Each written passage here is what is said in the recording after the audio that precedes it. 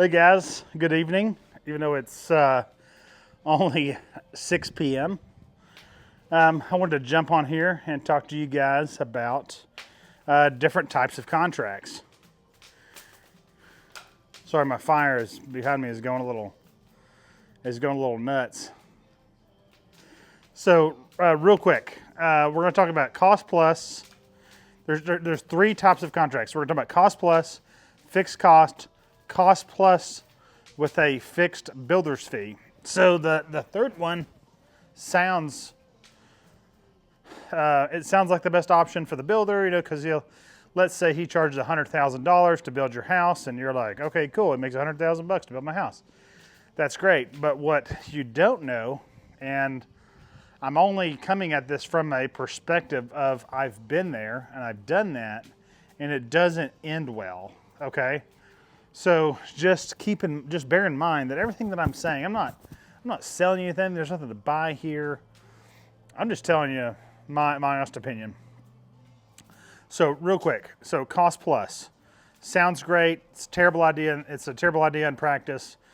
So what cost plus does is, let's say it's cost plus 25%. My buddy in Sanger does this up in the Denton area. He's like, well, everybody loves it, because they whatever it costs. If we save money, if we lose money, it's on the client. And that all sounds really great in theory, but what it advocates is a builder that doesn't know how to bid stuff. And so what you inevitably end up with is a builder that threw together an estimate in 30 minutes, right? And so they're like, well, my last house, the lumber package was about $70,000, and you're like, okay, so that sounds fair. As a client, you look at that, and you go, this guy is a professional and he knows what he's doing, so it must really cost $70,000. But the client is shocked when it costs $90,000, and they'll say, well, what happened, right? And the guy's like, well, lumber prices just went up, and you're like, well, that's not. I mean, that's. Yes, it does happen, but it doesn't happen at $20,000 increments at a time. So, and then, like, let's go one more. Let's say something gets damaged in the house. So let's say somebody damaged some countertops, for example. Who pays for that? A cost plus contract says you are responsible for it. It is a cost plus. It is, and then you're going to get to pay a builder's fee on top of what you've already paid. Read those contracts very, very carefully. I'll give you a hack, is put them in ChatGPT and ask it questions, because my contracts are 27 pages long. They're forever and ever and ever and ever long. And I've read them from start to finish, but it's like reading the King James Version of the Bible. You're not sure what you read when you got done. So put it in ChatGPT, ask it to summarize it for you. I just think it's anyway, it's way better than trying to understand unless you're a contract attorney. So, that's the cost plus model in essence, is like somebody that doesn't do a good job putting the bids together. Okay, so with fixed cost, there's a couple key things that I want you to take away from fixed cost contracts. So fixed cost is everything is fixed except for a very few items, and those are under Section 3 of your estimate, called customer budget items. I want you to look at those very, very carefully. So we put, I don't have them all memorized, but it's good. It's cabinets, flooring, tile, countertops, and plumbing fixtures, I think. And electrical fixtures, excuse me. Okay, electrical fixtures. So it's like 6-7 things. So what that allows, but what's different about us from most builders, let's say a builder is using a fixed cost contract, and you're like, well, it's the same as Cody. It's not the same as Cody. And the reason is because we sit down with you and we actually charge for a design agreement. That way we can be as for sure as possible. Because a fixed cost contract with budget items is as dangerous, if not more dangerous, than a cost plus. Because at least a cost plus, you have the chance, like gambling, you have the chance to make your money back. Fixed cost, you don't have a chance of lending any money back. You have the 100% chance of losing your money if you're not careful. So we do it differently. And how we do it differently is we sit down with a designer. We pick out all your electrical, all your plumbing, all your flooring, all your setting materials, all your tile, your carpet, your hardwoods. I know exactly what's going on in the house before we ever start construction. It's a game changer having a designer on staff. If your builder does not have a designer on staff, you should hire one.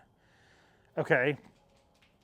And I can tell you from, from when we started building, I would say it would be as crazy as me starting to build without a plan in place. And when I say a plan, I mean, I'm just like talking about any plan. I mean, who's going to frame it? You should know who's going to frame it. You should know what the details are. You should know all those things. Interior, for whatever reason, in the building industry, has been the bastard stepchild. I don't know why. I don't know why everybody thinks they're like, oh, it's just the interior design. The customers will go to Home Depot and pick that out. That's BS. Don't fall for that. It's a terrible, terrible, terrible, terrible, repeat after me, terrible way to do business. Don't let someone trick you into, I will just go to Home Depot. I gave you $3,000 or I gave you $2,000 for electrical or whatever. It's a terrible idea. Ask me how I know. So I'm not dogging on anybody. I'm literally telling you from our experience. Like I've messed it up. And I thought, you know what? That was a really poor decision on our part. We should do it differently. So in summary, cost plus, the costs are variable, unknown. I can give you a really good price on quote unquote on paper, but when the budget blows, that's not cool. Fixed cost, the costs are known with allowance line items, but the allowance line items need to go through a designer. So if your builder has a designer, great. Have them pick out everything and have them price everything. That's what we do. We build and price everything before we get started. You'll come to our showroom, you'll pick out stuff. If you are building a luxury home, so we have two models of homes, Classic Series and Luxury. So we have everything in our showroom that we need for a Classic Series home. We also have some luxury line items in there. It's just that luxury gets so expansive that it's hard. I mean, our showroom is not that big. It's only 900 square feet. It gets hard to keep everything in there, but we keep like we're going to pick out 90% of the stuff in there, and then we're probably going to go to Dallas Market Hall. You're going to go with Angie, and you're going to pick out some more stuff. But it's really important that, back to my point, it's really important that you pick out your stuff before you start building to keep from doing budget blowouts. One quick story that I will give you. A client said, I'm super simple, which is code word for I'm not super simple. Love them. Love the clients to death. They're not super simple. I gave them a $15,000 appliance budget, and they spent $68,000. Okay. My definition of super simple, we didn't grow up with just a exorbitant amount of money. So I thought, I know for sure today I can get you a really nice appliance package for $7,000. So I thought 15, gosh, that must be plenty of money. It wasn't, obviously they spent 68, and I can tell you how to spend 68,000. We'll go to downtown Dallas to Wolf Sub-Zero, and we'll pick up Wolf Sub-Zero where a refrigerator costs $30,000. Now it's a super refrigerator. I'm not saying anything about the quality. They're just expensive. But anyway, so my point is to all this rambling is make sure that you have your stuff picked out before you start building. It's super, super, super, super important. If this video is at all helpful to you, click subscribe below. Feel free to reach out to us, clarkcustomhomes.com. We also have a Facebook page, Instagram, TikTok. So we try to post informational videos on there all the time.